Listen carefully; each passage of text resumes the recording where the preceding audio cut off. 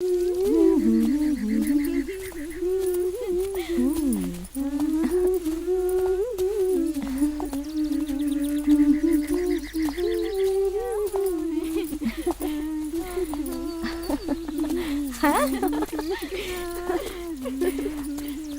सुना, इनका क्या देखा? अरे अरे चल देखा, अरे चलो जल्दी।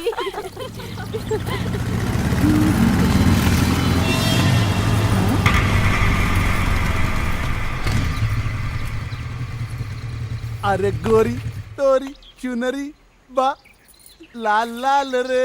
अरे नहीं लाल लाल नहीं, ब्लू ब्लू। आ रोड पर चलेली कमाल चाल रे। अरे का खाता हूँ तनी हमनियों का खियादा, जवानी का मजा आ जाई। लो और खुश लो। जवानी के मजा तो ना, बाकी ई बोल के तू अपन जवानी के सजा जरूर दे देले बाड़े। अच्छा तू लोग जानत नहीं खे कि हम के हई? के हो? अंबर अंबर हई। कौन अंबर? बाप रे। धरती की आसमान। बता बतानी। चलो। रुक हम चेक करके बताओ तनी।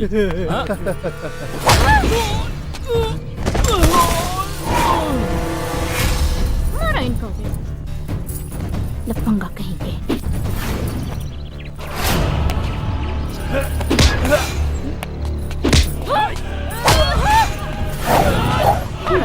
और इधर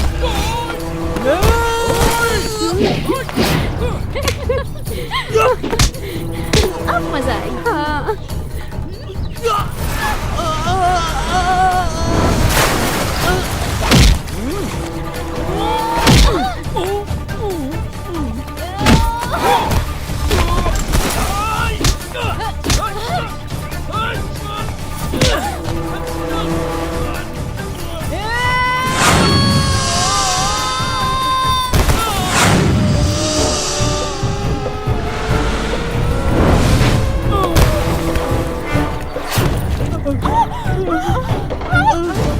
हमने से गलती हो गई, हमने से माफ के दा, हमने के माफ के हीरो माफ कर दे। हम क्या छेड़बा तू? हां लेके गए।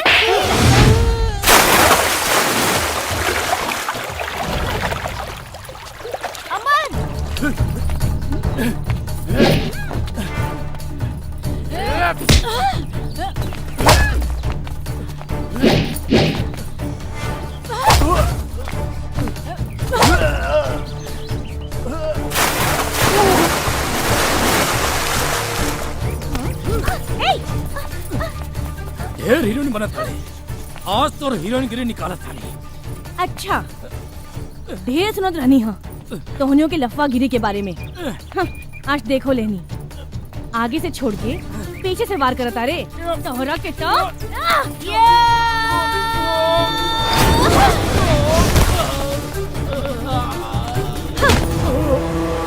सुन, दोबारा केहू लेगी के छेड़े से पहले अपन माई बहन के जरूर याद कर ली है। और हाँ, अंबर सिंह के याद कर ले तब वो चली। और हाँ, आज के बाद केहू लेगी कब वो कहीं जाए से रात भी रात ना डराई। हाँ, ये अंबर सिंह के ऐलान बा। तब प्रिया पुष्पा वो कवन गाना रहे? अरे लइका चिल्लालन माल माल रे, रोड पे चले कमाल चाल रे।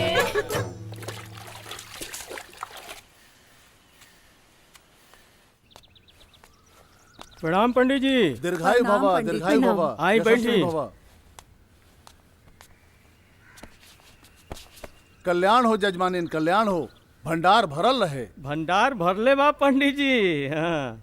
बस पंडित जी, हमरा अंगना में पोता पोती के किलकारी भर जाए तो हमार जिंदगी सफल हो जाए। मनोकामना पूरा होई जजमानिन, खाली आदेश करी ना। यही चिंता के निवारण खातिर तो हमार राजमाता चाहता नहीं कि हमार शमशेर भैया के घर बस जाए। कोनो लड़की नजर में होखी तो बताई पंडित जी। समझ ले राउर मनोकामना पूरा हो गई जजमानिन। अरे गरीबो गुरबा होखी ना तब वो चल जाई। केशवपुर के सुजान सिंह के बेटी बाड़ी। वो बड़ा हिम्मत वाली ही है, अच्छा अब बड़ा सुंदर भी बिया। समझ ली कि वो असली क्षत्रिय ही है। अच्छा अच्छा, वो है जिनकर फोटो हमेशा अखबार में छपत रहेला। हाँ हाँ वो है। ली उनकर फोटो, अगर पसंद होखे तो बात आगे चलावल जाए। देखिए फोटो तो बहुत अच्छा बा पंडित जी, बाकिर कुंडली में ओकर संतान के जोग कैसन बा? कुंडली में संतान के योग बहुत अच्छा बा जजमानिन। मरे से पहले अपन संतान के मुंह देख लेम ना। रउआ एकदम निश्चिंत रही जजमानिन। त बात चलाई ना पंडित जी, ठीक बा, कसहू ई ब्याह रउआ तय करवा दी। एकदम ठीक।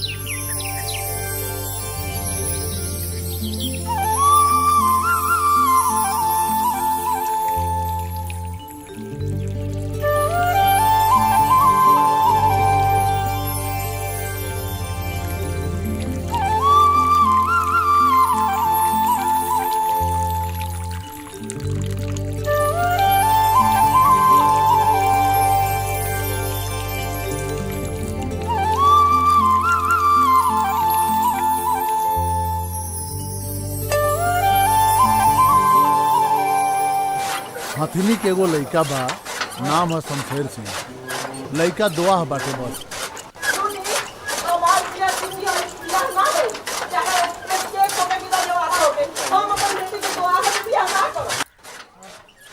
शारदा त का भइल? लइका तो है नु बा, उम्र दर नइखे नु। 16 बरिस में बियाह भइल, हाँ। आ 2 बरिस के बाद ही मेहरारू मर गइल। हाँ। तो ओकरा के का गिने के बा? रउआ कैसन पंडित जी हैं जी? रउआ कहे के मतलब बा कि हम अपन बेटी के गर्दन में सौत के टीका पहना दी। अपन सेनु टीके से पहले वो अपन सौत के टीको जिंदगी भर। अरे दुल्हन, ये मत सोचा लड़की के बियाह शादी में लड़की के जिंदगी के सुख देखल जाला। तोहार लड़की ओइजा राज करी, ये मत भूला कि वो लोग स्टेट ह लोग। हमरा अपना बेटी के सौत के सेज के सुख ना चाहिए, ना आराम चाहिए, राज चाहिए। हम आनर से बियाह कर दे, बाकी दुआ से कब्बो न करब अपना बेटी के, कब्बो ना। रउआ लोग खातिर हमार बेटी बोझ होगी, पर हमरा खातिर बोझ नहीं के।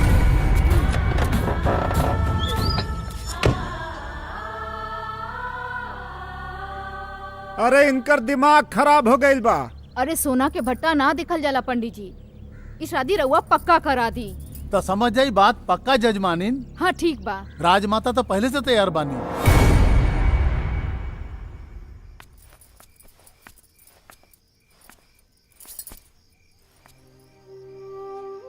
माई, माई,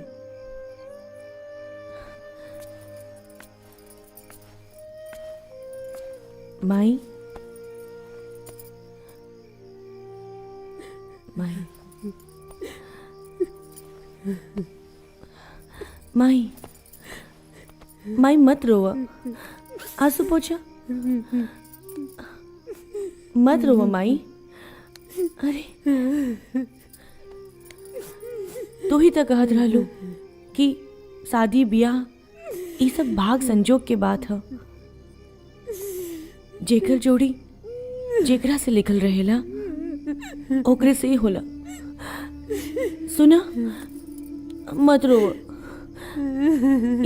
यह समझा कि हमार जोड़ी उनका साथे लिखल रहे। ए माई चुप हो जा, मत रो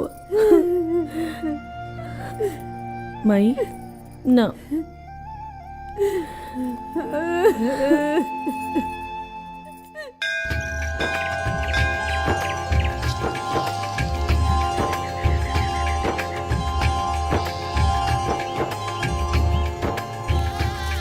मंगलम भगवान विष्णु मंगलम गरुड़ध्वज मंगलम पुंडरीकाक्ष मंगलाय तनोहरि सर्वमंगल मांगल्ये शिवे सर्वार्थ साधिके शरण्ये त्र्यंबके गौरी नारायणी नमोस्तुते। नीलांबुज श्यामल कोमलांगम सीता समारोपित वाम भागम पाणो महासायक चारु चापम नमामि रामम रघुवंशनाथम। श्री कृष्ण गोविंद हरे मुरारी हे नाथ नारायण वासुदेवा। ओम श्री कल्याणमस्तु। अथ पाणि ग्रहण संस्कार संपूर्णम।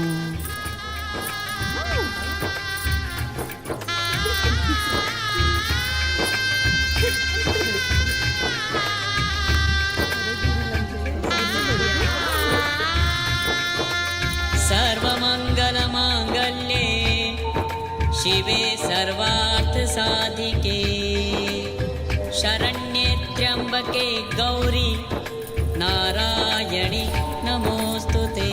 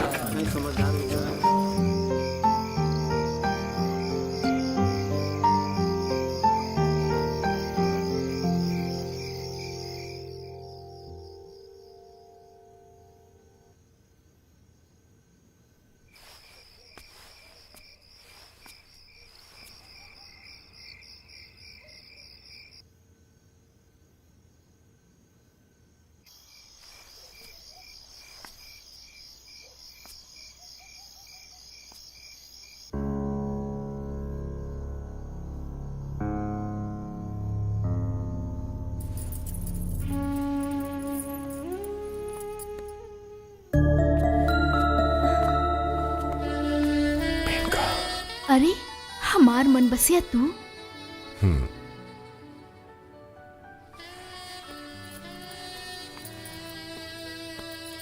हम तो समझ ले रहनी कि हमरा जिंदगी में अब पतझड़ आ गई। अब कब हमारी जिंदगी में बाहर के बयार ना बही।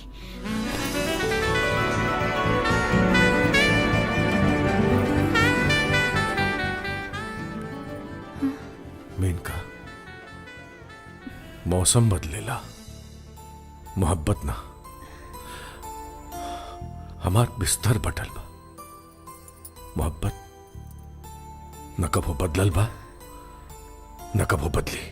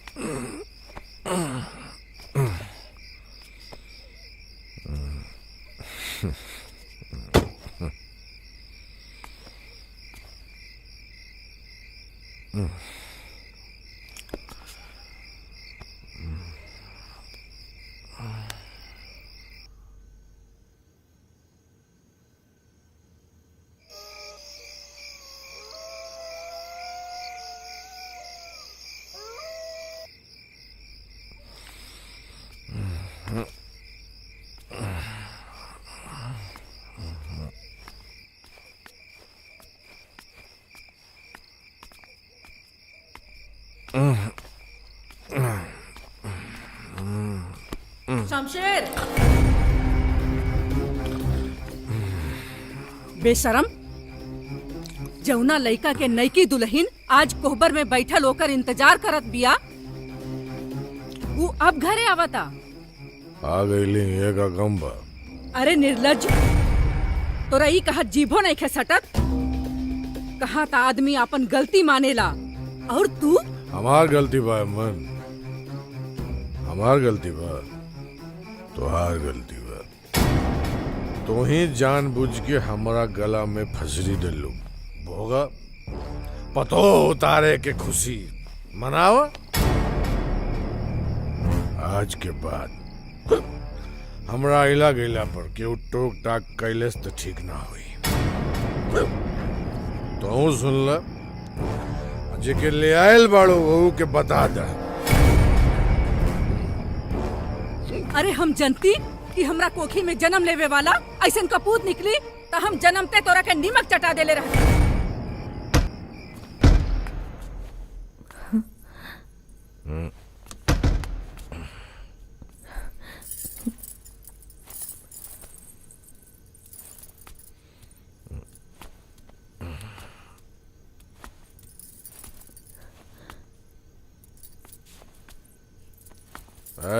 बस ज्यादा नाटक की जरूरत नहीं है।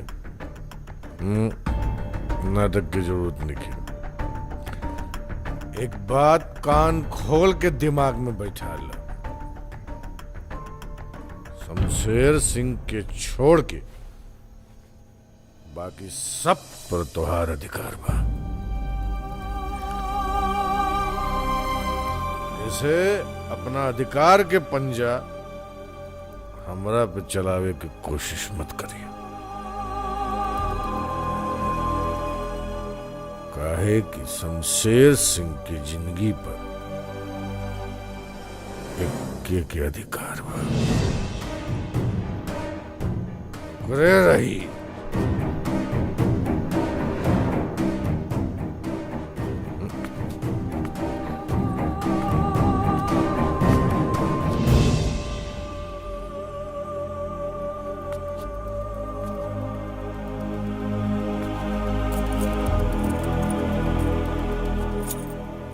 तिजोरी के चाबी है, गहना बनवावा, गहना तोड़वावा।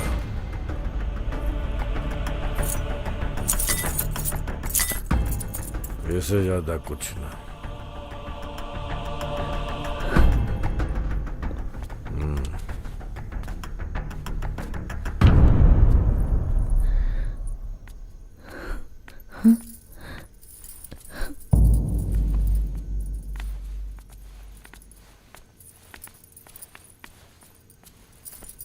खुश रह। हम जानत हई छोटकी दुल्हन कि बोली गोली से ज्यादा दर्द देला। बरिसन से ही दर्द हमहू सहत हई। कुल के मान मर्यादा के कलंकित होके के दर्द, अपना कोख से ऐसन कपूत के जन्म देवे के दर्द, अभी दर्द, ई दर्द से निजात देवे के तोहार जिम्मेदारी बा दुल्हन। औरत चाहे तो मर्द के बना दे, औरत चाहे तो मर्द के बिगाड़ दे। वो ऐसन शुरू से ना रहल दुल्हन, वो संगत में पढ़ के बिगड़ गई दुल्हन, और ऐसन बिगड़ल कि हमरा हाथ से निकल गई। ओकरा अत्याचार के, असाते साथे वंश के विनाश से बचावे खातिर हम तोहरा के बड़ा उम्मीद से अपना अंगना में उतरले बानी दुल्हन। तोहरा बारे में हम बहुत कुछ सुनले बानी। अब एह कुल के आस तू ही बाड़ू। हम अपन अचरा पसार के तोहरा से भीख मांगत बानी दुल्हन। बड़ा उम्मीद लेके आइल बानी तोहरा पास।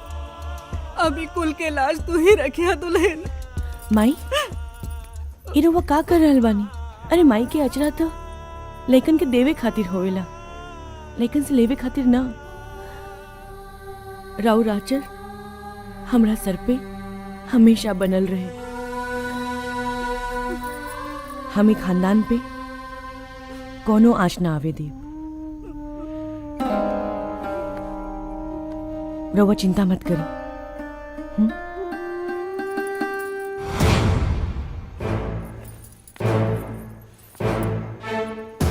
हम उनका के ए घर के रोशन चिराग बना के रहा, बना के रहा, बना के रहा, बना के रहा, बना के रहा।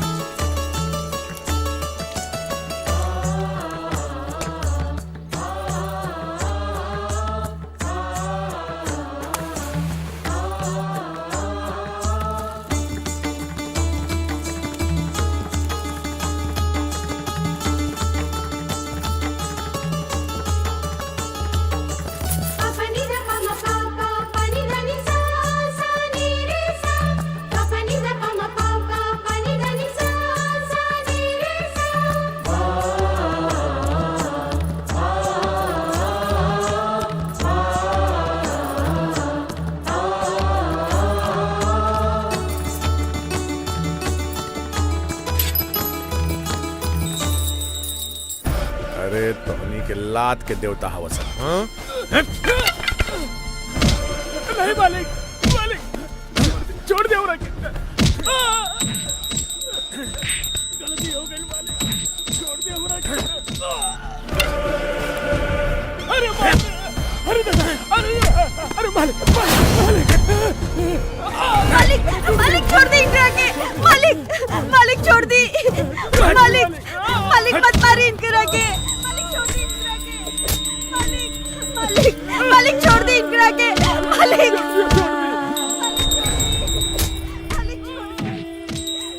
मालिक छोड़ दी इनकरा बोल। के। टाण पर वाला जमीन लिखवे कि ना लिखवे? मालिक मालिक वो जमीन हम अपन बेटी के बिया के खातिर रख ले बानी। माने ना लिखवे? मरते मर जाए मालिक, लेकिन वो जमीन हम रउआ के नाम ला लिखा। अच्छा तो फिर एकरा जिंदगी के कागज पे मौत के दस्तखत देखी ले। हैं? मालिक मालिक छोड़ दी। मालिक मालिक मालिक छोड़ दी। मालिक मालिक ना मालिक मालिक छोड़ दी। मालिक मालिक ना लिखवे जमीन बेकहाल हो गई।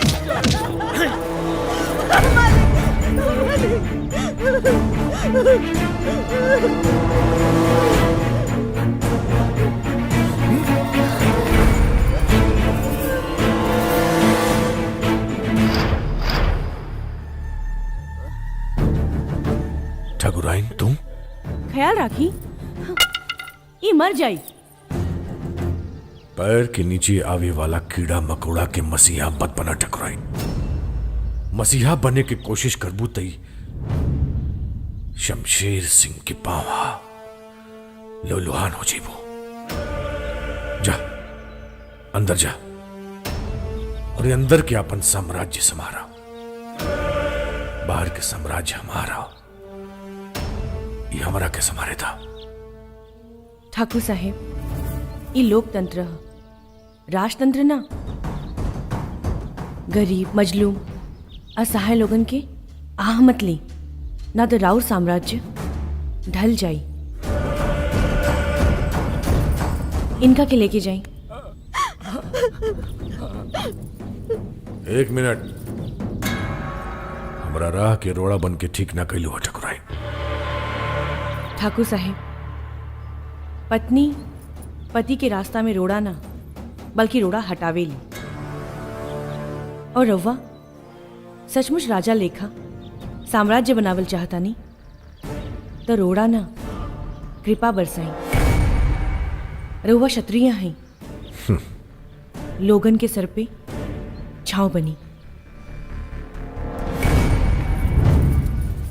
हमरा के छत्री धर्म सिखेबू हमरा के। अब देखा हम तोहरा के तोहार धर्म कैसे सिखावता नहीं।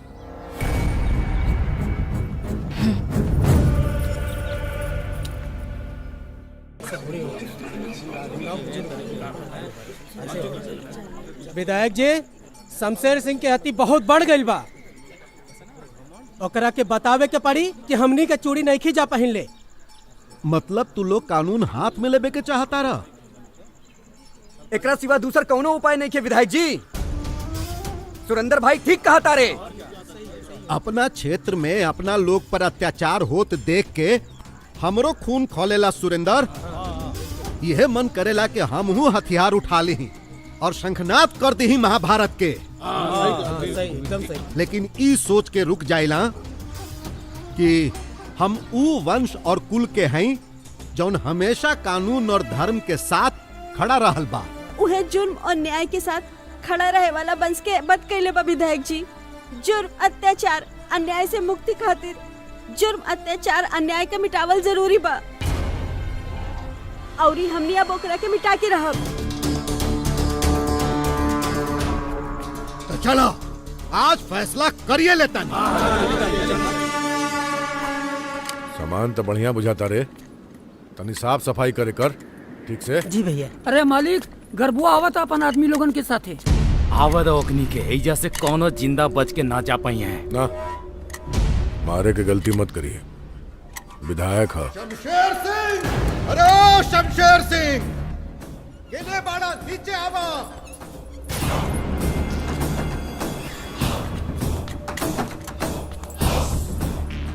ए विधायक, शेर के माद में आके दहाड़ल ना जाला। अब ही तो सिर्फ दहाड़ा तानी। अगर तू अपन अत्याचार के तांडव बंद ना कैला तो हम छाती फाड़ दे। धमकी रे।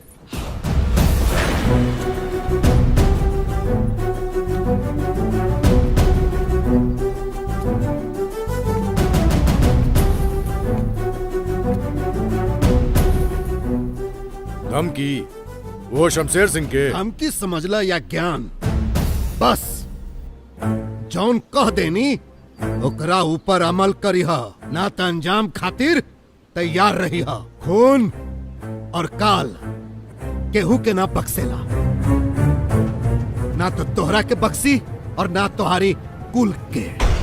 गर्भू यादव, अब ते दिखबे काल की कमाल।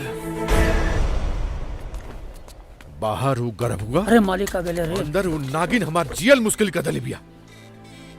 जो ना आदमी की हमारा औकात तरह हमारे सामने बात करे के मुदत रहे। गर्भुआ के विधायक बनला के बाद हमरा से जवान लड़ावता। मालिक, राउर इजाजत हो तो एगो बात कही। हाँ बोल। अरे बोल ना।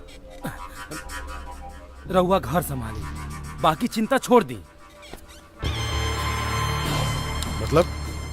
रउआ छोटकी मालकिन के समझा ली और गरवा के चिंता छोड़ दी। ओकरा के तो हम समझा दे। कैसे? लोग कहेला कि बाप के कंधा पे बेटा के अर्थी के बोझ पहाड़ के बोझ से भी भारी होला।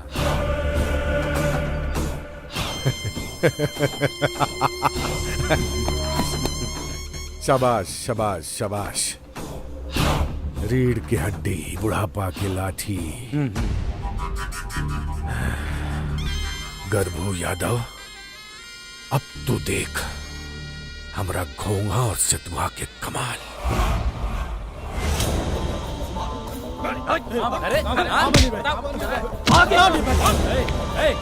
निर्भय कहाँ बा निर्भय? नहीं क्या मालूम, क्या मालूम?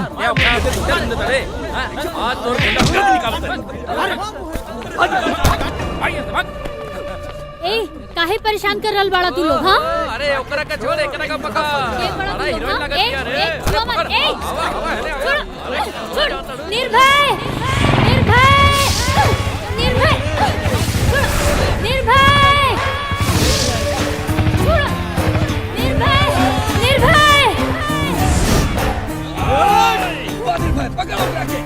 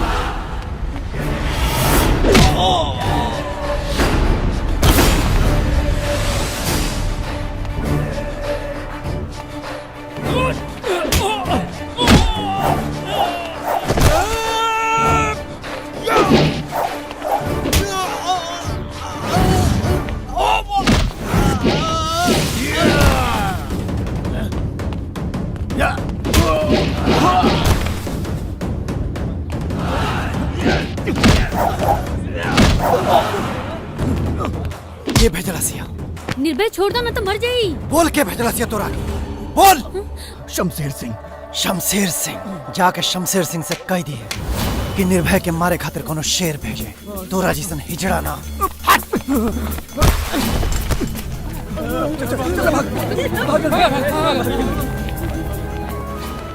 तू ठीक बाड़ा ना? अरे कुछ नहीं के भाई, आवा चला। तू भी ना? पिया जा असली माल है। हाँ बिहार में बहुत। हाँ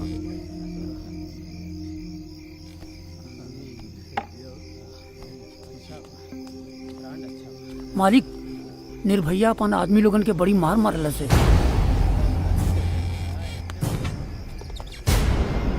निर्भया त्योहार हमरा आदमियन पे ना शमशेर सिंह पे कैले बाड़े। अब तो खानदान भी ना बची। क्यों ना?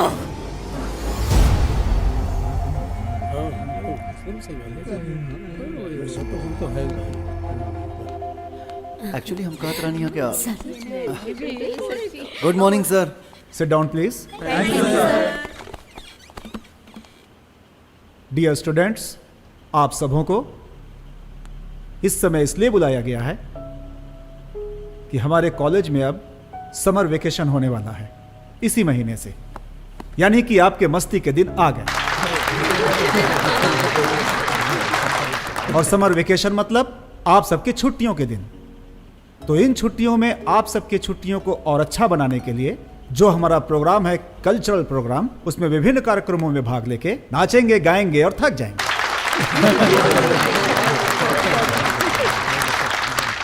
तो आपको रिलैक्सेशन की आवश्यकता पड़ेगी।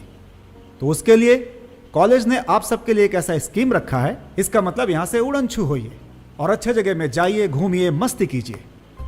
तो आप सब में से जो भी छात्र छात्राएं वेकेशन ट्रिप पर जाना चाहते हैं, उड़न छू होना चाहते हैं, प्रभारी के पास अपना नाम लिखाएं और एंजॉय करें।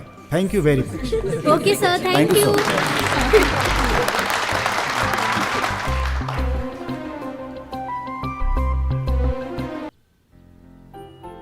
जय हो के माँ।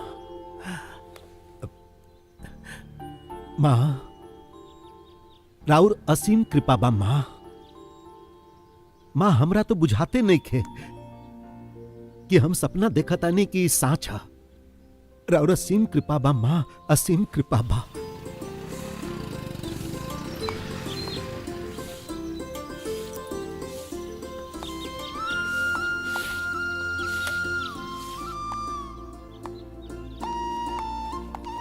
बाबूजी, बाबूजी, बाबूजी, अरे आगे लू बेटी। बाबूजी, बाबूजी, बाबूजी, बाबूजी। कैसन बड़ू बेटी? हम तो ठीक बानी। बाबूजी, ऐसन का देखा तानी एकटक जैसे अपना बेटी की पहली बार देख रहल बानी। बेटी के पहला बार नहीं ही देखत। एगो बाप अपन सपना अपन बेटी में फुलात पहला बार देखता। बाबूजी, रवा आंख में आंसू, हमरा से कोनो गलती हो गइल बा का? ना बेटा। ता फिर रवा की आंख में आंसू का है? बाबूजी, अगर हमरा से कोनो गलती हो गइल होखे ना तो हमरा के डांट ली, हमरा के मार ली। हम आज भी राउर उहे छोट गुड़िया बानी जैसन बचपन में रहली, लेकिन हमरा वजह से रवा अपना आँखन के, अपना आत्मा के परेशान मत करी, ना तो हम अपना आपके कब्बो माफ ना कर पाई। ना बेटी ना, ऐसा मत कह।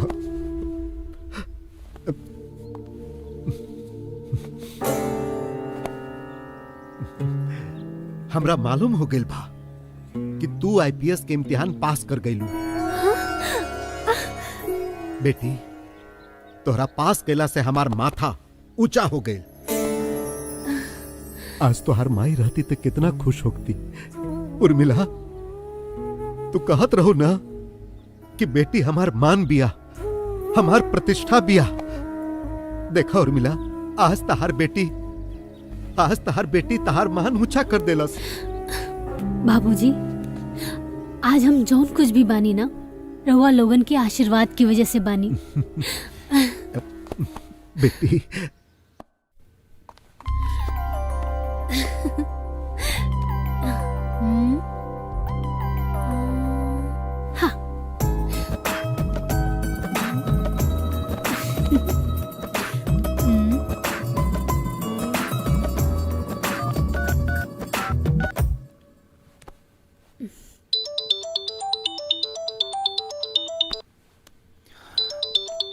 शालू। हेलो हेलो शालू। बाबूजी डटना है का? अरे कुछ बोलबू की ना? अच्छा एक काम करो, फोन रखो, हम 5 मिनट में तोहरा लगे पहुंचाता नहीं। अरे ना ना ना ना, घर आवे के कोनो जरूरत नहीं है। जरूरत काहे नहीं है? देखा, दिल के बाद जाने खातिर दू ही गो रास्ता होला, एगो चेहरा और एगो जुबान। जुबान तो तोहार खामोश बाटे, अब जुबान खामोश बाटे तो तोहार चेहरा पढ़े के पड़ी, और चेहरा पढ़े खातिर तोहरा लगे आवे के पड़ी। हम आवता नहीं। अच्छा तो मैडम हमार खिंचत रह लिया, इम्तहान ले तड़ू हमार? अरे ना बाबा, हम तोहार इम्तहान ना लेत रहनी, बल्कि इम्तहान के रिजल्ट बतावे खातिर फोन कर ले रहनी। हाँ हाँ बतावा, का रिजल्ट आयल है? अरे हम वो यूपीएससी के एग्जाम देले रहनी ना, ओमे हम आईपीएस कॉडर में सेलेक्ट हो गई नी। Wow, congratulation. अब हम अपन कॉलर टाइट कर सके नहीं, है ना? कौना बात के लिए? ए बात से कि सजनी भैली कोतवाल अब डर काहे का। अरे हम पूरा दुनिया में घूम के बता देता नहीं कि देखो भैया, जितना जनी जुर्म के ठेकेदार बढ़ जा ना, अपन रास्ता बदल जा, काहे से कि हमारे सजनी कोतवाल हो गई बड़ी। अच्छा जी, लव यू। शादी में कोनो चीज के कमी ना होके के चाहिए। जी जी। अगर तू लोग बिटियन के पिता हवा तो हमहू धर्म पिता हैं। हाँ बिल्कुल। जौने चीज के जरूरत होखे तो निसंकोच कही हा। जी ठीक बा। शमशेर सिंह के भी जाके न्योता दे आई हो। झूठ मूठ के खाली न्योता दे आए विधायक जी, वो जाई ना। ऊ का करी है उनका पर छोड़ा, आपन फर्ज तू लोग पूरा कर।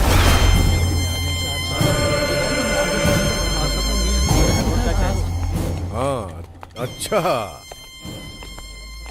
तो विधायक के सह पर कोर्ट के नोटिस लेके आयल बड़ा सन? नोटिस ना है ठाकुर साहब, ये निमंत्रण है हमनी के बेटी के सामूहिक विवाह के। तो हनी के इतना करे जाओगे रे हैं? तो हनी के शमशेर सिंह के न्योता लेके आयल बड़ा? न्योता दिहल ना इंसाफी ना है ठाकुर साहब, विदा दी हमनी के विदा करी। विदा तो जरूर करब, लेकिन न्योता लेके ना,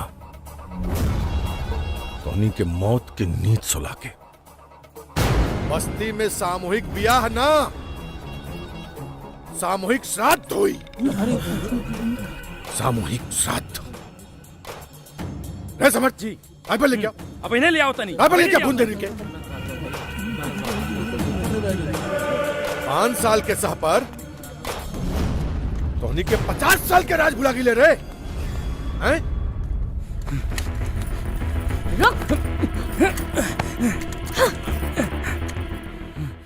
स्वामी भक्ति अच्छा है, बाकी अंध भक्ति बर्बादी की लक्षण है। छोटकी ठकुराइन, मालिक के हुक्म के बीच में आके रहुआ ठीक नहीं करत। तो हर मालिक के हुक्म ये हवेली की चौखट के बाहर चली, बाकी हवेली में हमार, और ये हमार हुक्म है, छोटकी ठकुराइन के हुक्म है कि एजा से चल जाओ। जो रहुआ ठीक नहीं करत। दी राइफल।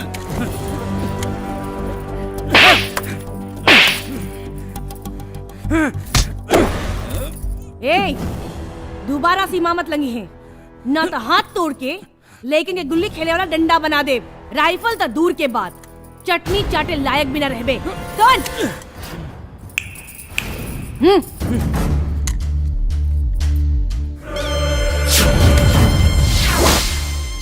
50 साल से राज करे वाले के भुला गिले रे।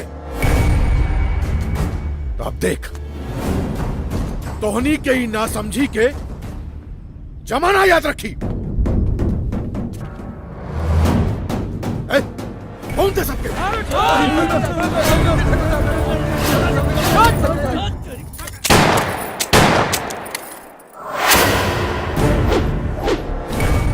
केहू भी आगे बढ़ गई तो तोहनियों की लाश के बिछोना बीत जाई। ठकुराइन है, निशाना अचूक बा। छोटकी ठकुराइन, शमशेर सिंह के रास्ता में आवे का मतलब है मौत के गले लगाना। ठाकुर साहेब, मौत से कमजोर लोग डरेला, पाप करे वाला डरेला, हम ना।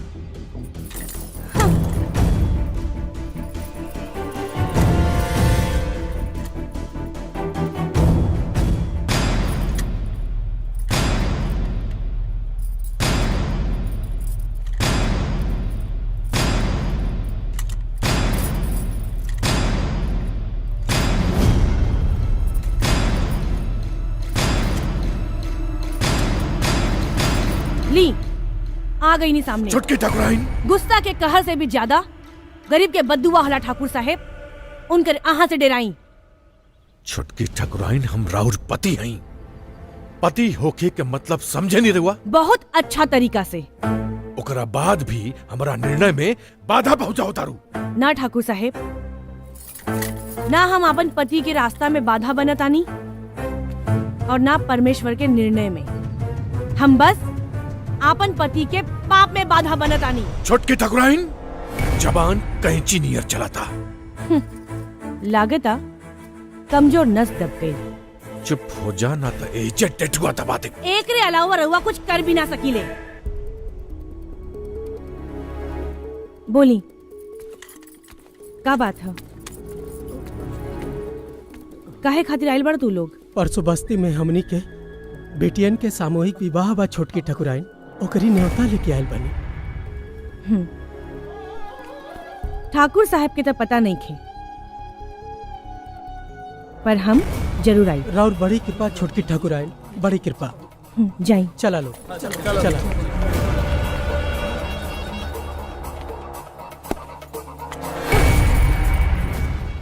तू छोटजतियन के लड़की के ब्याह में जेबू? हाँ, काहे? अगर एक कदम वो बस्ती में गईल तो लौट के हवेली में कदम मत रखिया। भुलाई मत कि हवेली पे हमरा उतने अधिकार बा जितना के राउर। रउआ अगर गरीबन पर अत्याचार कर सकीला तो का हम उनका के आशीर्वाद दे सकीले? जेकर जैसन सोच। तोहरा आशीर्वाद के हम अभिशाप में ना बदल देनी तो हमार नाम शमशेर सिंह ना।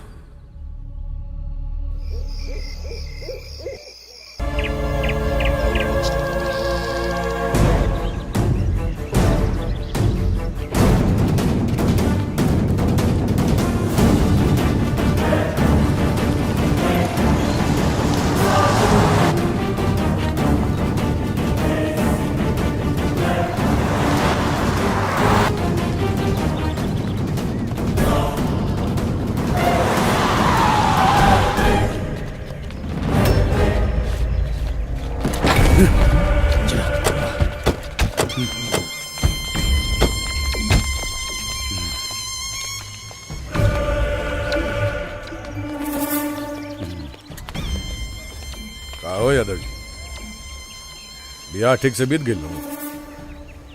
हाँ, बहुत अच्छे से बीत गई। बाकी कहे के बाकी बियाह के मातम में बदले के तोहर साजिश बहुत अच्छे से नाकाम हो गई। गर्भू यादव,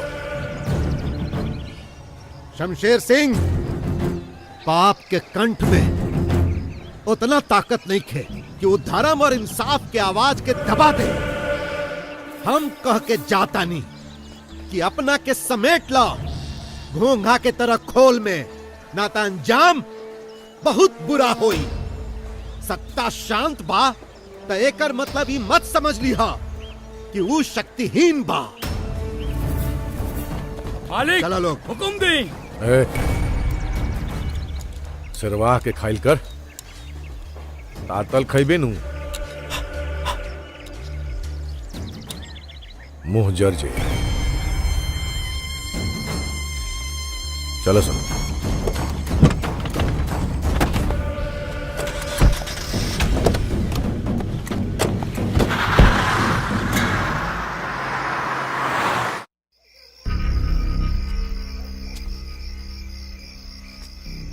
ये गर्भुआ आज अपना मौत के कागज पे दस्तखत कर दिलस।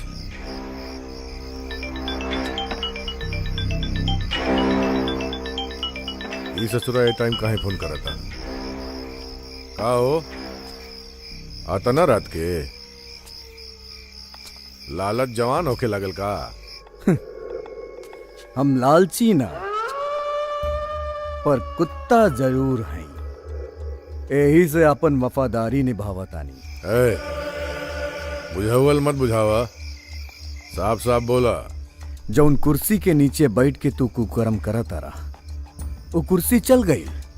केकर कुर्सी चल गई? हमार कुर्सी चल गई, और केकर कुर्सी जाई? और सुन ला, अब से जौन भी तांडव करे के हुई तनी सोच समझ के करिया। क्या बात तोरा जगह? आशुतोष सिंह, वो सीएम के खास आदमी है। आशुतोष प्रताप सिंह।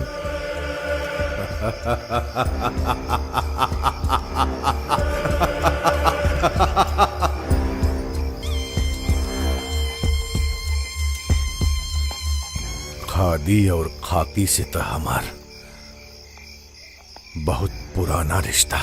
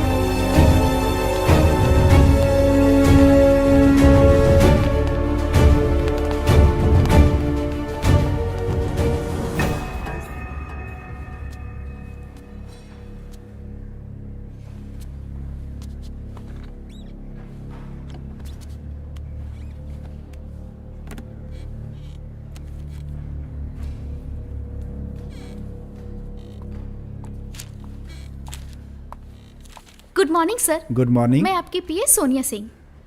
सर, ये वो फाइल्स हैं जिस पे आपको सिग्नेचर करने हैं।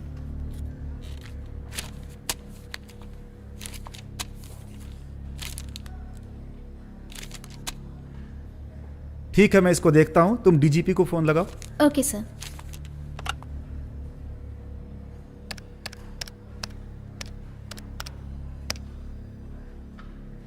गुड मॉर्निंग सर। सर, गृह मंत्री सर आपसे बात करना चाहते हैं। लीजिए सर। जय हिंद। डीजीपी साहब, जितने भी नई ट्रेनिंग आईपीएस करके ज्वाइन हुए हैं एसपी, 24 घंटे के अंदर हमें उनकी लिस्ट चाहिए। 24 घंटे यानी कल तक।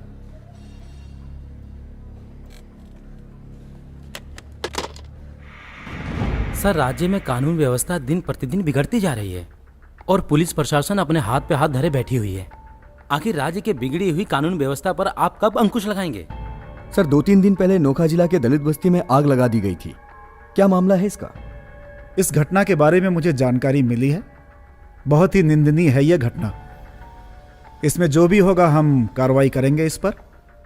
सर, जनता में काफी आक्रोश है और चर्चा भी है कि इस घटना के पीछे किसी खास व्यक्ति का हाथ है। क्या आप उस पर उचित कार्रवाई करेंगे? कोई भी व्यक्ति हो, यह सुशासन की सरकार है। इस राज्य में निष्पक्ष जांच होगी। जो कोई भी हो उस पर कानूनी कार्रवाई होगी। सर, लॉ एंड ऑर्डर अपना मुस्तैदी से काम करेगी, इसकी संभावना है क्या? कुछ दिन के बाद आपके सामने आ जाएगी और आपको देखने को मिलेगा कि कानून किस प्रकार अपना कार्य कर रही है।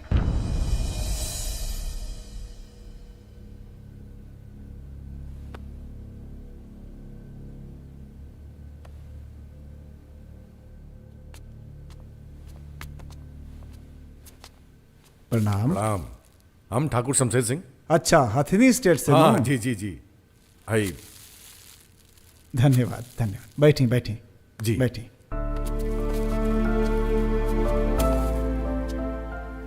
जी, असल में बाप दादा के जमाने से ही खानदान के परंपरा रहल बा कि केहू नया मंत्री संतरी आवेला तो हमने के स्वागत सत्कार करे पहुंच जाएंगे। रउआ ई परंपरा निभावत तनी बहुत खुशी के बात बा। जी जी जी।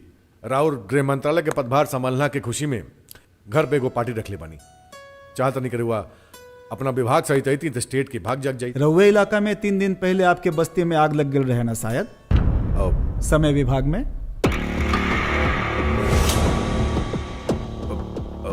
जी जी जी। चलिए जरूर आइब हम। यही बहाना बस्ती के हाल चाल कम से कम आके ले ले। अरे बहुत बहुत धन्यवाद। प्रणाम। जी नमस्ते। जी अच्छा, चलो तनी। 1 मिनट है जो डिब्बा डिब्बी लेके आयल बानी उपहार समझ के एकरा के लेते जाई। अब जी।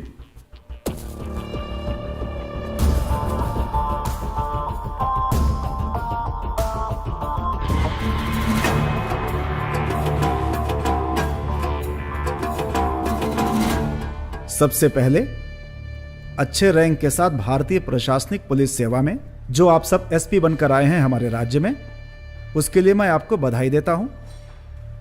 आप लोगों को बुलाने का मकसद मेरा यही है कि हमारे राज्य में क्राइम कंट्रोल होना ही चाहिए, और यह तभी संभव है जब दृढ़ इच्छा शक्ति, ईमानदारी, वफादारी से आप लोग काम करेंगे। हम आपके इस मिशन को पूरा करने में कोई भी कसर नहीं छोड़ेंगे, पर हमारी एक शर्त है कि हमें दबाव मुक्त कार्य करने की आजादी दी जाए। हमें उसमें कोई भी हस्तक्षेप नहीं चाहिए। किसी भी प्रकार का आप लोगों को कोई हस्तक्षेप नहीं होगा। और कोई शर्त है? नहीं सर, थैंक यू। आपके जिले में हथनी स्टेट अपराध का केंद्र बन चुका है। वहां की घटनाओं से आप लोग अवगत होंगे। जी सर। जी जी। वहाँ पे कोई ठाकुर शमशेर सिंह है जो वहाँ की जनता को बहुत ही परेशान करता है। सबसे पहले उसके अपराध को समाप्त करना होगा। और तो और देखिए, जाते समय बोला कि मेरे घर आइए, मैंने पार्टी रखी है। उसकी इतनी हिम्मत। पर सर, ये तो उसने बहुत ही अच्छा किया। आपको जाना चाहिए। जाना चाहिए था? क्या मैं उसके अपराध में शामिल हो जाऊं? सर, उसने आपको अकेले नहीं बुलाया है, अपने पूरे विभाग के साथ में बुलाया है। यानी कि आपकी पूरी मिनिस्ट्री, और आपके विभाग में तो हम सब भी आते हैं। तो सर, मेरे पास एक आइडिया है।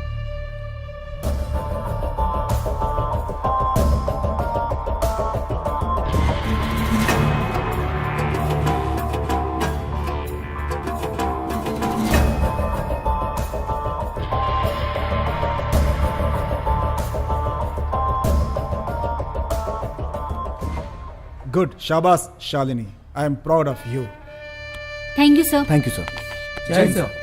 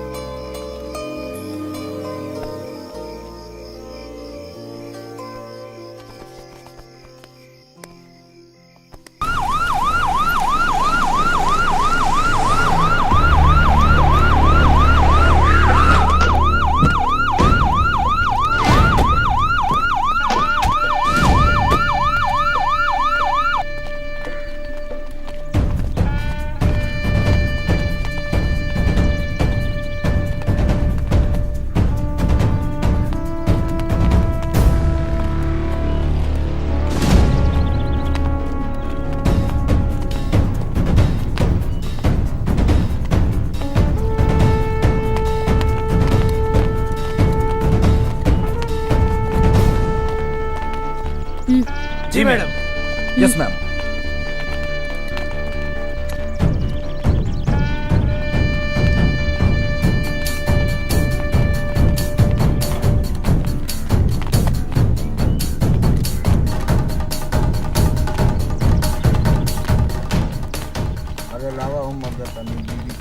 रोज रोज पीड़िया मांगा ला तो कौन हो? ए इधर आओ। जी मैडम। शमशेर सिंह कहाँ है? हमरा के नहीं मालूम। तोहरा के नहीं मालूम? सच कहता नहीं मैडम, हमरा नहीं पता। हट।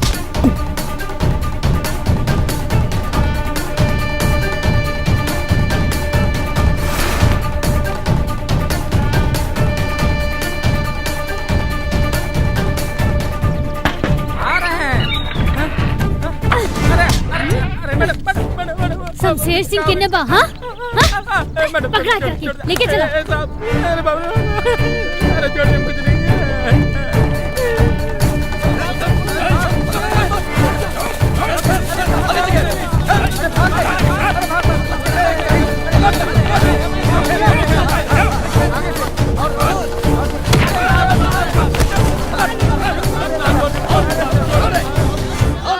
शमशेर सिंह के नमक खाके शमशेर सिंह से गद्दारी रे,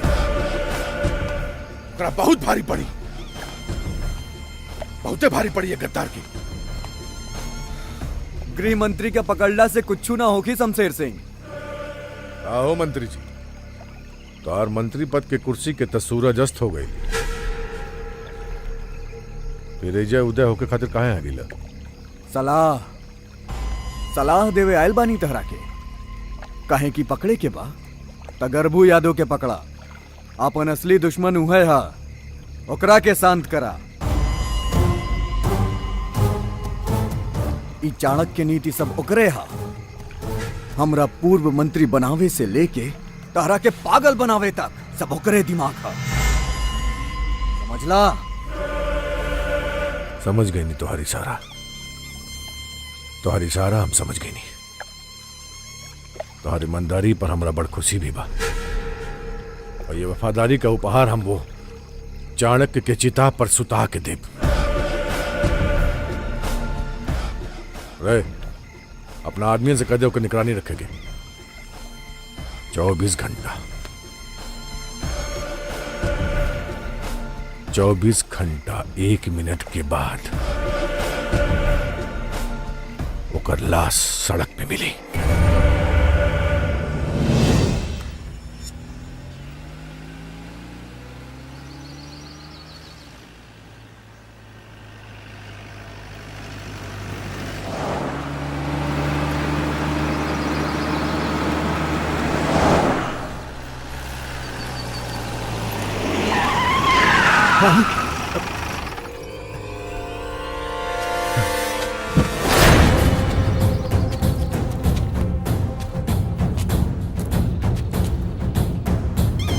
चलो रे, मार साले के गोली, भागा, मार मार उसको, मार मार मार, भागा, मार गोली साले का, मार मार रे गोली, रुक रे, पहले हम मारा।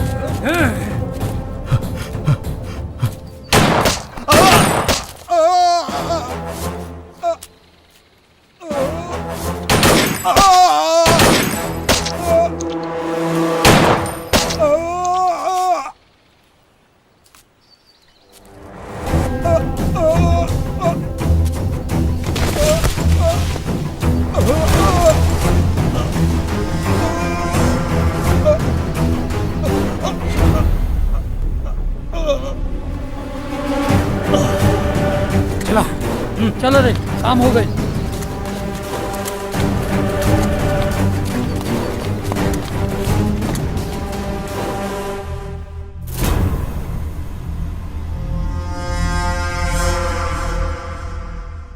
गरबू यादव, गरबू यादव, गरबू यादव, गरबू यादव, गरबू यादव, गरबू यादव, गरबू यादव, गरबू यादव, गरबू यादव जिंदाबाद, गरबू यादव जिंदाबाद, पुलिस प्रशासन, पुलिस प्रशासन, पुलिस प्रशासन, पुलिस प्रशासन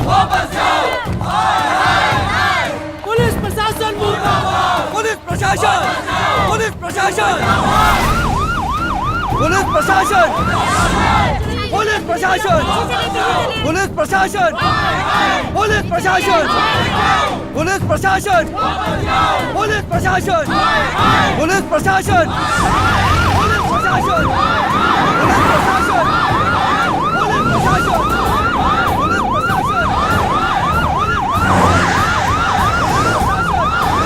पुलिस प्रशासन पुलिस प्रशासन पुलिस प्रशासन पुलिस प्रशासन पुलिस प्रशासन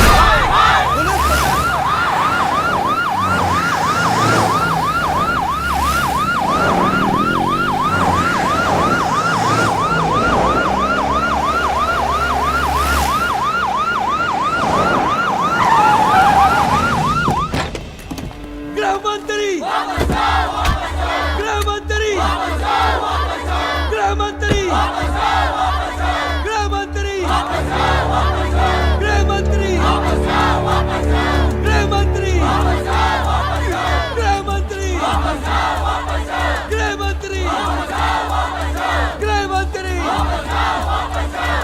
गृह मंत्री वापस जाओ वापस जाओ। गृह मंत्री गृह मंत्री गृह मंत्री गृह मंत्री गृह मंत्री गृह मंत्री वापस जाओ वापस जाओ। और कितना लाश गिराए मंत्री जी? राउर सरकार और रउआ से कौन उम्मीद रखे? इस जनता के विरोध रउआ ना झेल पाई मंत्री जी, रउआ वापस जाई। गृह मंत्री वापस जाओ वापस जाओ। गर्बू यादव अमर रहे, गर्बू यादव अमर रहे। रउआ सबके दुख दर्द हम समझतानी। गर्बू यादव बहुत महान व्यक्ति रहलन। गर्बू यादव के हम पहले नमन करतानी। गर्बू यादव के जे भी हत्यारा होई ओकरा के हम फांसी तक पहुंचाई। ये हमार वादा बा। गर्बू यादव के अभी रउआ सब दाह संस्कार करी जा। कानून के राज्य बा, हमरा पर विश्वास करी जा, फांसी तक पहुंचाई। गृह मंत्री गृह मंत्री गृह मंत्री गृह मंत्री गृह मंत्री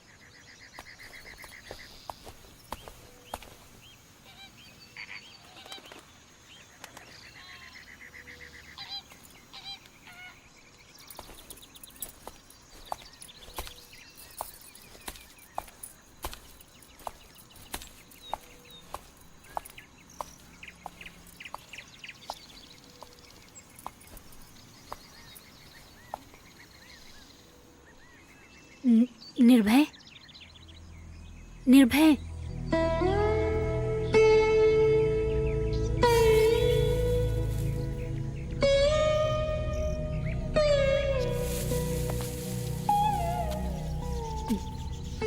शालिनी, अब तू साया के पीछा कईल बंद कर दो। साया तो हम है जे अपन आकृति के पीछा कबो ना छोड़ेला।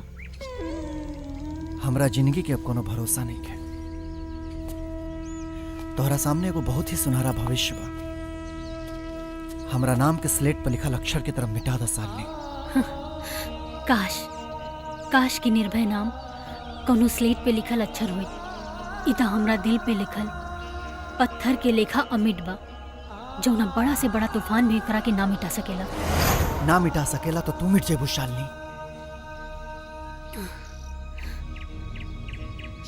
मंजूर बा, काहे कि जिए खातिर जान चाहिए, जान खातिर अरमान, और अरमान के फुलाए खातिर तो हर मुस्कान चाहिए। जब तो हर मुस्कान ही ना रही तो हम जी के का करब।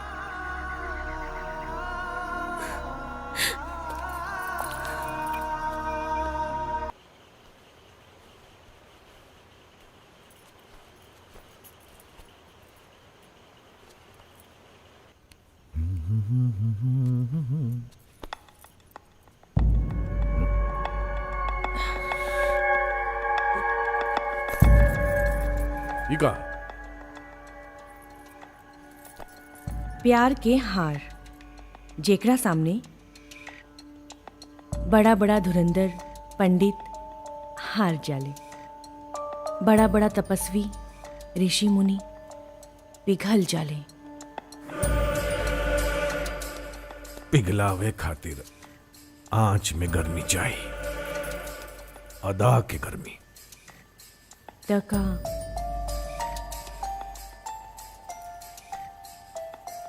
जवानी और अदा के पूरा गर्मी सिर्फ ओकरे में बा जे हमार सौत बनल बिया, जे हमार सेज के बंटवारा कैले बिया। हाँ? लोहा के लोहा ना खींचेला, चुंबक खींचेला, चुंबक।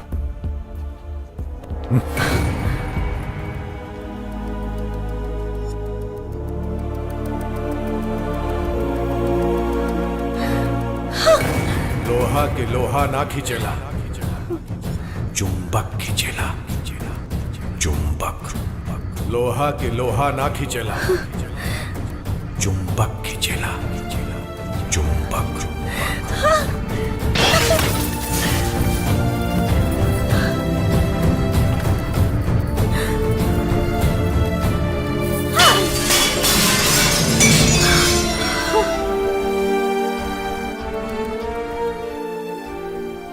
सही कहानी है। ठाकुर शमशेर सिंह लोहा के लोहा ना खींचे, बाकी काटेला लोहा के लोहा ही। तोहार शक्ति और संपत्ति के घमंड के काट के टुकड़ा टुकड़ा ना कैनी तो हम हूं ही हवेली के छोटकी ठकुराइन ना, छोटकी ठकुराइन ना, छोटकी ठकुराइन ना।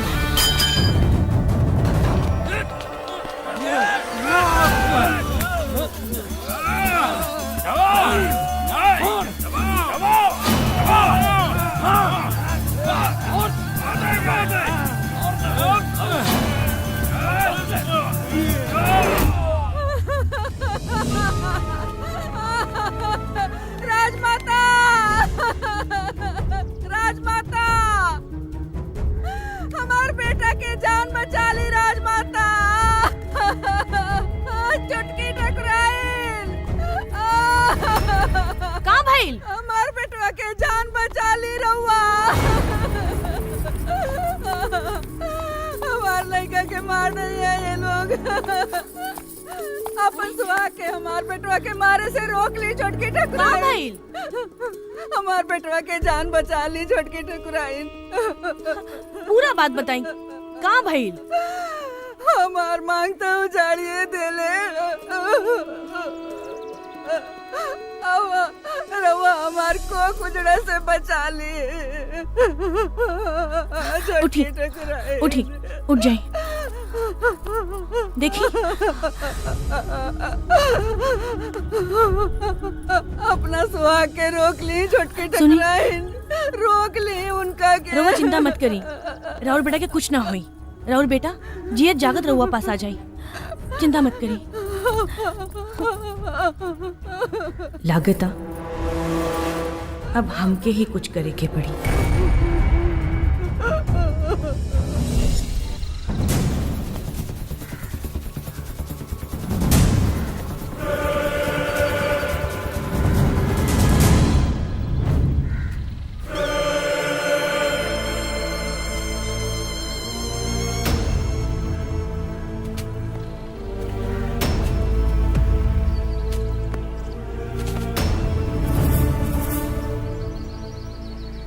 भय नहीं खी रे हमार, निर्भय नाम है हमार।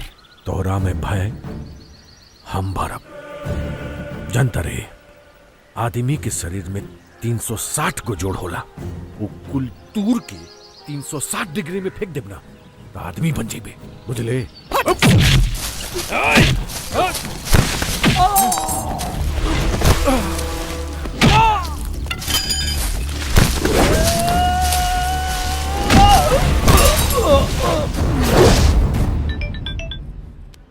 जी हम हथनी स्टेट की छोटकी ठकुराइन बोलतानी।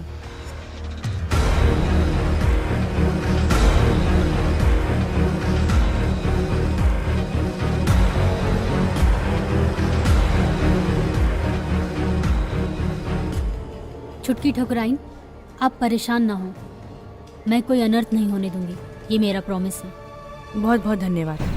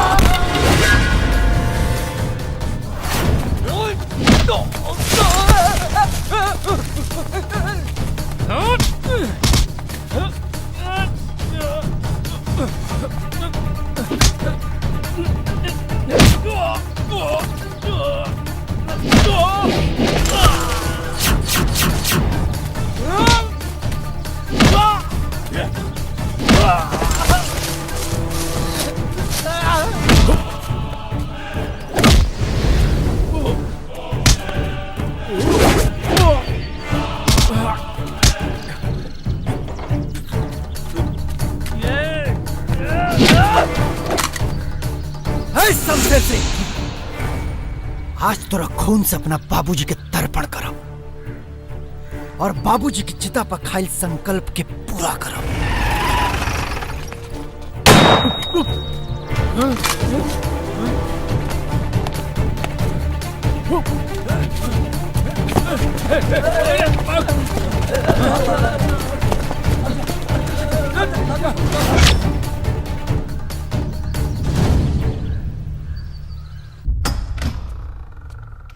जी प्रणाम। जी धन्यवाद। एजा कैसे आयल बनी शमशेर सिंह? जी बस यह पूछे खातिर आयल यानी कि कृपा दृष्टि बनल बनू बात समझनी ना हम तोहार। वो टिकटवा अभी ले फाइनल ना भइल तो कोनो कीमत पे रउआ के टिकट ना मिली। अब जी पार्टी फंड में पैसा देवे खातिर तैयार बानी। इस सिनेमा के टिकट ना है कि जे चाहे वो खरीद ले। ये पार्टी का टिकट है, सेवा के टिकट है, ई भाव के टिकट है, जनता के टिकट है। जो सेवा करेला ओकरे के टिकट मिलेला, समझला? ये टिकट ना मिली, जाए एजा से। मंत्री जी एगो रउरे पार्टी ना हा, 36 गो पार्टी बाड़ी और 36 गो टिकट देवे वाला। 36 गो टिकट लेके दिखाई। प्रणाम।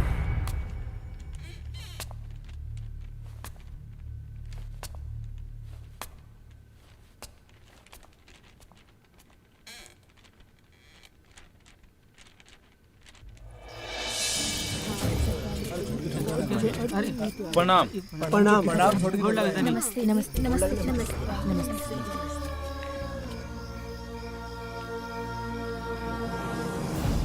बताई हमके यही जगह है बुलौनी है। जी बातें कुछ ऐसन रहे जे रउआ के बुलावे के पड़ल।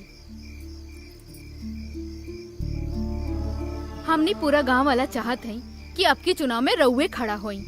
चुनाव में और भौजी खड़ा होई है, ई ना हो सकेला। हाँ, चुनाव और हमरा से ना, हमरा के राजनीति में मत घसीटी जा। अरे रज्जो भौजी बाड़ी, उनकरा के खड़ा कर दी ना।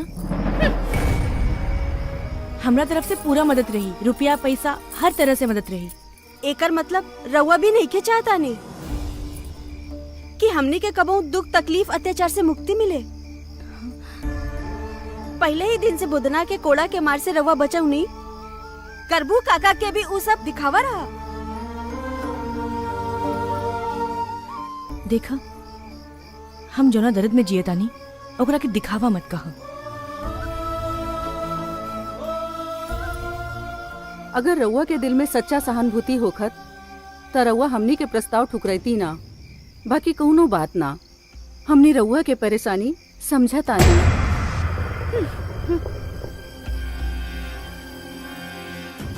जल में रह के मगर से बैर, सबके बस के बात ना। बस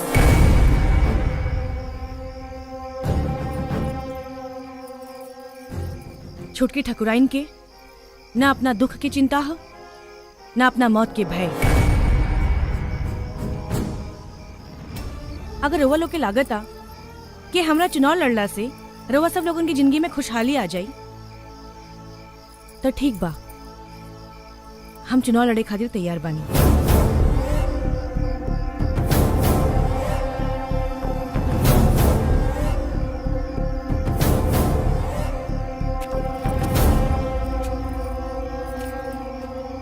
नॉमिनेशन कब हो? रुका छोटके ठकुराइन।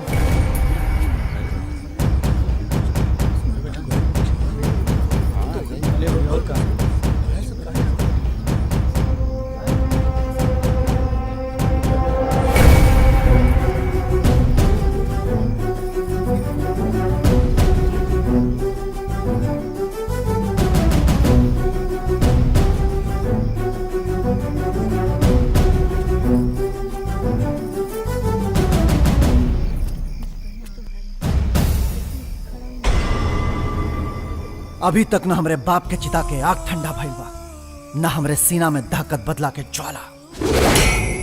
ये लोग लाचार बाटे, मजबूर बाटे, पर निर्भय सिंह ना।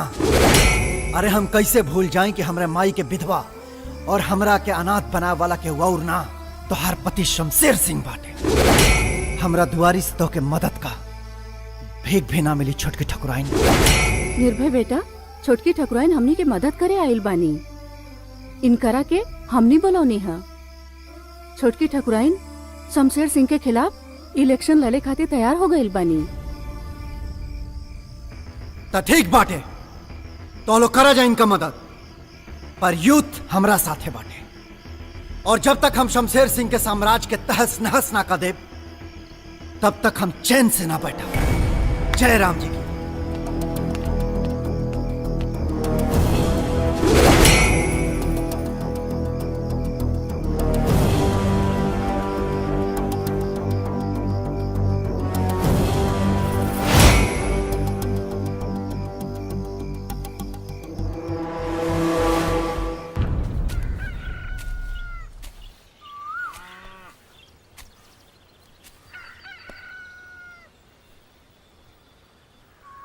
निर्भय का सोच रहल बड़े बेटा? कुछ न माई। बेटा तहरा के छोटकी ठकुराइन के मदद करे के चाहिए। सुन माई, जेकर मरद हमरा बाबूजी के मरवावलस, तू ओकर मदद करे कहा तारे? ये हमसे कभी ना होई, कभी ना होई। बेटा तहर बाबूजी हमेशा सत्य के खातिर लड़लन, असत्य के खातिर ही उनकर जान चल गई। आज छोटकी ठकुराइन भी सत्य के खातिर ही लड़ रहल बानी। तोहरा के उनकरा मदद करे के पड़ी। तारा अपन माई और बाबूजी के कसम बा, बाकी तहार मर्जी।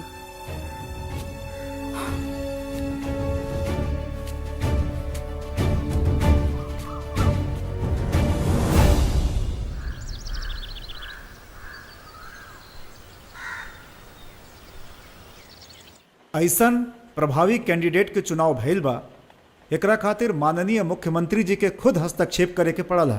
बिल्कुल सही कहा। शांत रही जा, शांत रही जा। आज के मीटिंग यही उद्देश्य से बुलावल गई बा।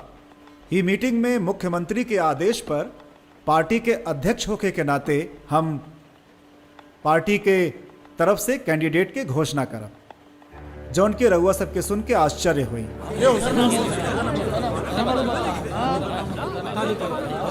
मंत्री जी, ऐसन केकर नाम बा जेके सुन के लोग आश्चर्य करी हैं? शमशेर सिंह के।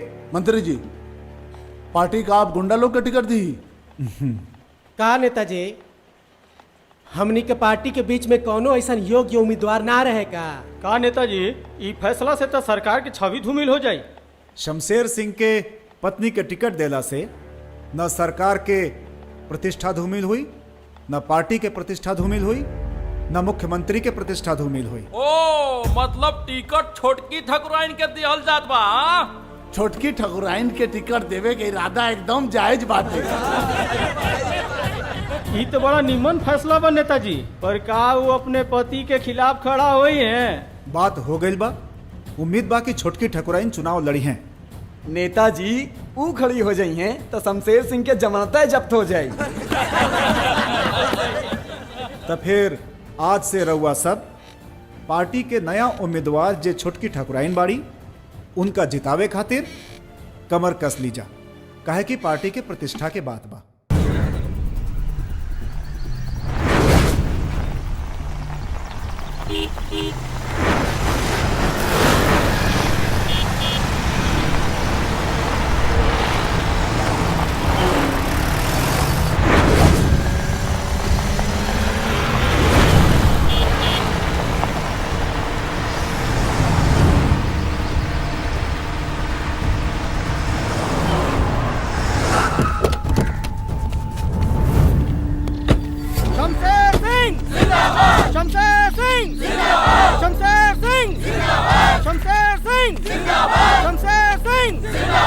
मशाल छाप, मशाल छाप, मशाल छाप, मशाल छाप, मशाल छाप।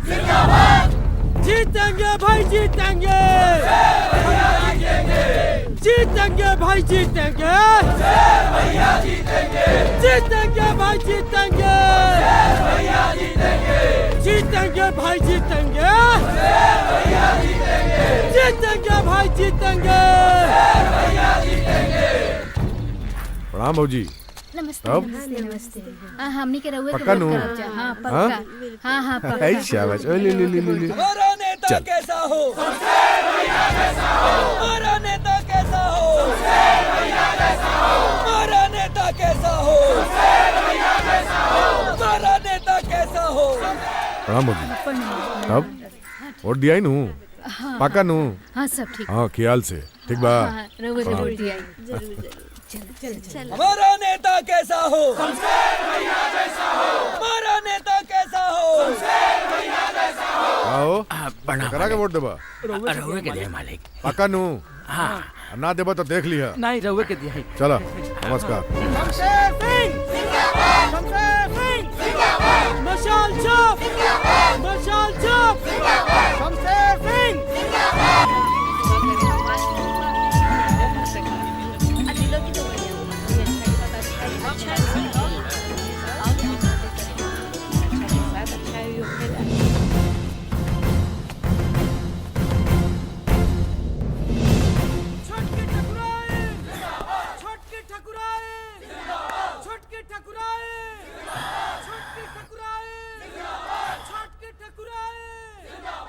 अरे खिड़की दरवाजा बंद कर, जल्दी जल्दी बंद कर खिड़की दरवाजा। ठाकुर साहब, है जो जिंदाबाद की आवाज आवता, कहीं देख रहा के बंद करा दी। जवन करे के बाद जल्दी कर। हाँ।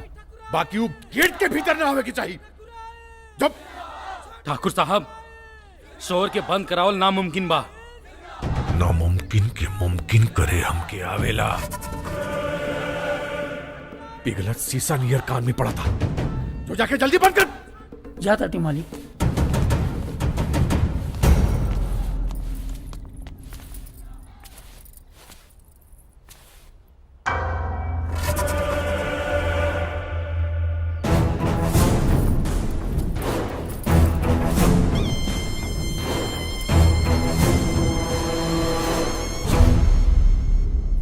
आज के दिन भी डांट। हम कितना बदनसीब बानी कि इतना शुभ दिन पे, जहां पूरा गांव समाज हमरा जीत के जश्न मना रहल बा, वहां हम अपना घर में ही हार गई नी। ओहो, अपना पति के सामने। पति मत बोल, पति मत बोल अपना जबान से तू। मजबूरी बा। अब आपन पति के आपन विरोधी तो ना कह सकीले। आशीर्वाद दी। ए, नौटंकी ना, नौटंकी ना, नौटंकी ना, ना नौटंकी मत कर। अरे ठाकुर साहेब, आपन पति से आशीर्वाद लिहल ई नौटंकी ना ह। और सच कहीं तो राउर आशीर्वाद के बिना, राउर बधाई के बिना हमारी जीत बेमानी बा, बेमकसद बा। बेमानी और बेमकसद ही रही। काहे से कि शमशेर सिंह तो के आशीर्वाद ना, श्राप दे, बद्दुआ दे। कोई ना, आपके श्राप, आपके बद्दुआ के भी हम आशीर्वाद समझ ले और आपन आंचल में समेट ले। नेता के जवान लगा ना, बिल्कुल ना, नेता के जवान ना हो। ये तो एगो नारी के भावना है, जे अपन पति के हार के दर्द के समझ सकेली। सच, ये हार के चोट के जो दर्द होला ना, बहुत दर्द होला। कोई ना, रउआ हमरा जीत के जश्न में शामिल हो जाई, सारा दर्द मिट जाई। जौन पत्नी अपना पति के विरोध करे ओके पत्नी ना, कलंकिनी कहल जाला। कलंकिनी जौन दर्द तू एजा देले बड़े ना, ओके मिटे ना दे, पाल के रखब, जिंदगी भर पाल के रखब, ताकि भविष्य में तो के सूद सहित उपहार दे सके।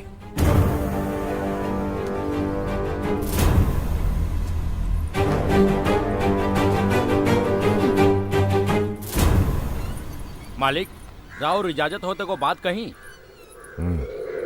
रउआ छोटकी मलकान पे बेकार बिगड़ गई है और पत्नी है, ये हथनी स्टेट के महारानी है। उनके जीत पे तो रउआ के बधाई देवे के चाहिए। दुश्मन के बधाई देवे कहता रे हैं? दुश्मन ऊ नहीं खी, दुश्मन केहू और बा, जे रउआ के खिलाफ उनकरा के इस्तेमाल कैले बा। कंधा उनके जरूर बा, लेकिन बंदूक केकरो और हाथ में बा। केकरा हाथ में? होम मिनिस्टर और पार्टी अध्यक्ष के। असली दुश्मन तो वही दोनों बाड़ा सन। बर्बाद करे के बा तो ऊ दोनों के करे। ओकनी के बर्बादी तो दुनिया देखी। परसों विधायक के सम्मान समारोह बा। मालिक, वो जे सबे केहू जुटी जा।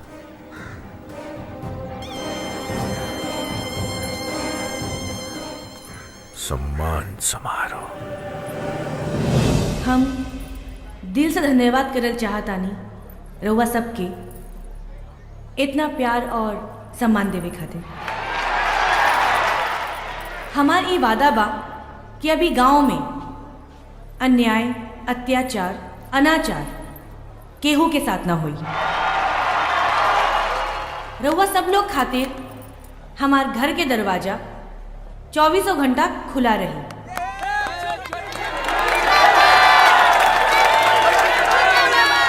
हमरा अफसोस बा कि जवन गांव वाला के जमीन हमरा पति के पास गिरवी बा वो हम ना दिला सकीले। बाकी ओकरे बदले हथनी स्टेट के पूरा जमीन हमें गांव वालन के नाम करतानी, जेकर कार्रवाई बहुत जल्द शुरू हुई। आपन आशीर्वाद ऐसे ही छोटके ठकुराइन के साथ बना के रखें। बहुत बहुत धन्यवाद।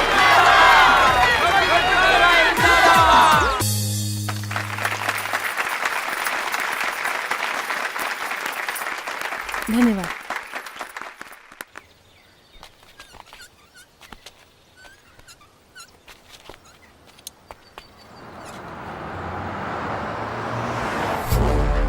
आगल रे आगल आगल चला रे चला चला चला चला चला जल्दी चला जल्दी चला। गाड़ी कहाँ रोकी? चला रे चला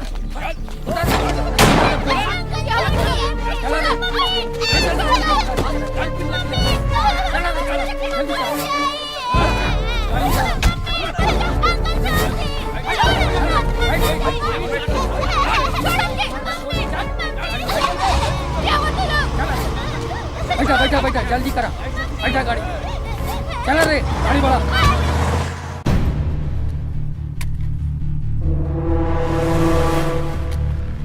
चल रे चल आज तोरा पता चले। जल्दी कि नहीं? छोड़ हमरा के। स्वागतम स्वागतम। छोड़। गृह मंत्री के ओरिजिनल होम मिनिस्टर साहिबा शमशेर सिंह के संसद में राहुल स्वागत बा। आराम से, कलैया मुचुक जाई। तोहरा पता नहीं खे कि तू केकरा के उठा के ले आइल बड़ा। हमरा पति के अगर मालूम चल गई ना तोहर जान बचल मुश्किल हो जाई। मुश्किल तो ओकरा हो जाई जब ओकरा पता चली कि ओकर मेहरारू और लड़का हमारा कब्जा में बा। इलेक्शन के टिकट ना नु दिले रहे हमरा, तब होगी। लगाओ फोन, लगाओ फोन लगाओ। ना, हम तोहर हुकुम के गुलाम नहीं खी। अच्छा तो हुकुम के गुलाम बनावे हमरा आवला। कितना सुघर लड़का बा। आ बच्चा आजा आजा। ऐ शाबाश। ऐ हमार बेटा के मत छुआ तू। ओ ले ले ले ले रुक जा। हम फोन करता नहीं। हाँ लगा लगाओ फोन लगाओ। छोड़ो के।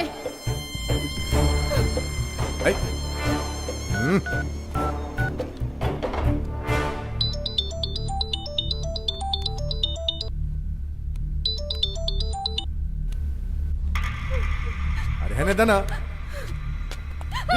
कावेरी, कावेरी तू ठीक तो बाड़ू ना कावेरी? अब अहिले तो ठीके बाड़ी, अगला पल के पता नहीं के। शमशेर सिंह, तोहार दुश्मनी हमरा से बा। खबरदार जे बाल बच्चा के हमरा कुछ भइल त छोड़ब ना हम तोहरा के।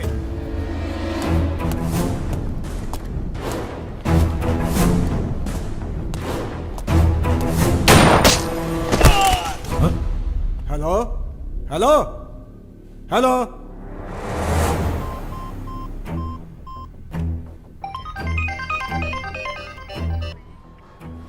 जय हिंद सर। जय हिंद।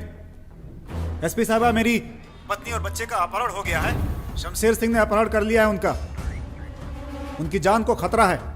सर आप बिल्कुल भी चिंता ना करें, वो आपके परिवार को बाहिफाजत वापस करेगा। भले ही इसमें मेरी जान क्यों ना चली जाए, पर आपके परिवार को एक भी खरोच नहीं आने दूंगी सर। शमशेर सिंह, तुम जहाँ हो, जिस पोजीशन में हो, रुक जाओ। पुलिस ने तुम्हें चारों ओर से घेर लिया है। अपने आप को कानून के हवाले कर दो। ए मैडम, तू कहाँ?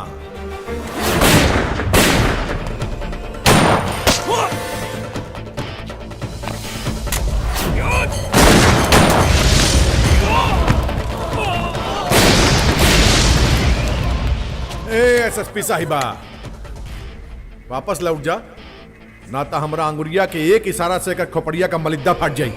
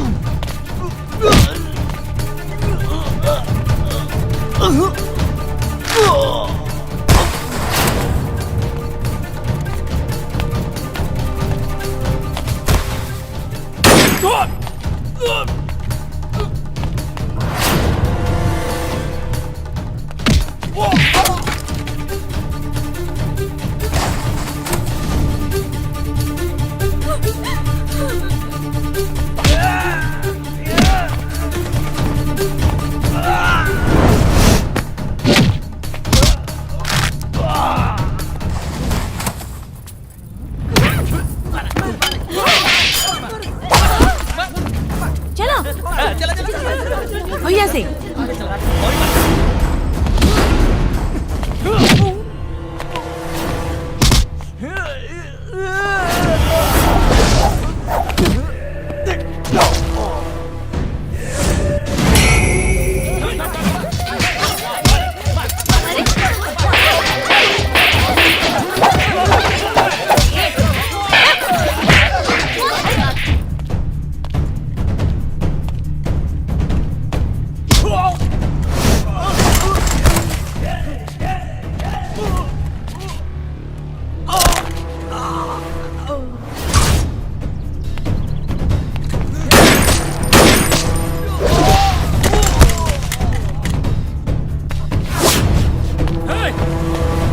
गले लेकिन बच के ना जा पाइबे। हाँ, आज तोरा का ना छोड़म, समझ ले।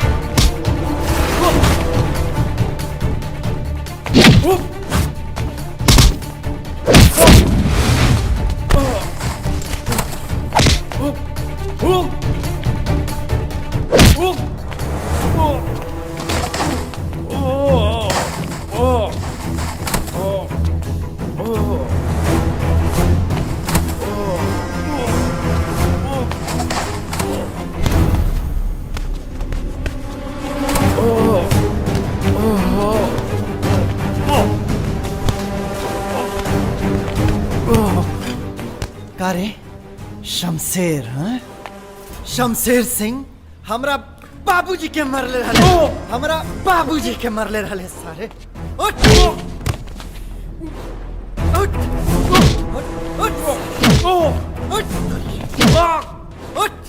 उठ, आज हम तो के जिंदा ना छोड़ब सारे।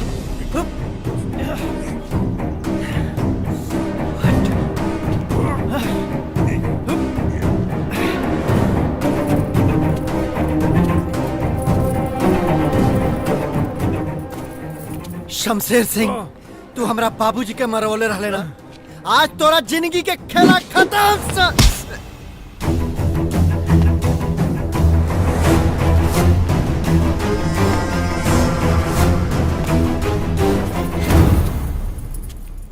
रुक जा निर्भय, कानून के अपना हाथ में मत ला। जौन गलती ई कइले बा वो गलती तू मत करा, न त इकरा में और तोहरा में फर्क रह जाई।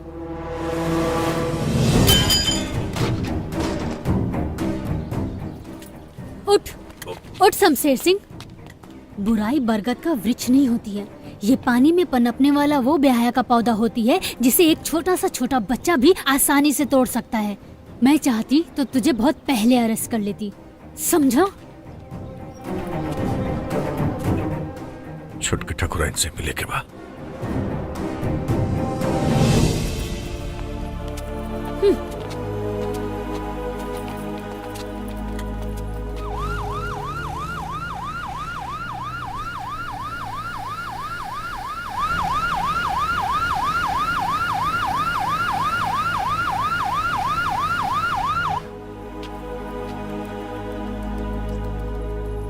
कौन मुझसे माफी मांगी? माफी हमरा से ना, माफी तो माफी ई गाँव से मांगी।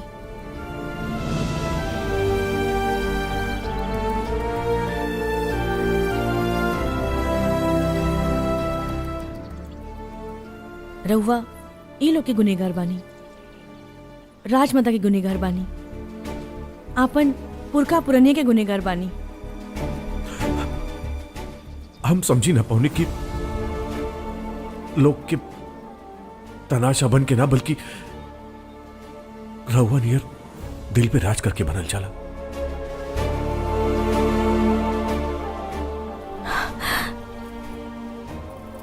देरी से ही सही रउआ के समझ में तो आई,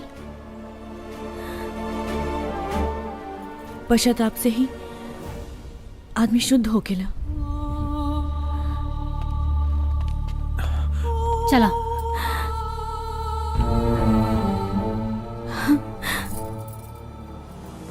हम इंतजार करब, एगो नया जीवन की शुरुआत करे खातिर हम इंतजार करब। छुटकी ठाकुराइन,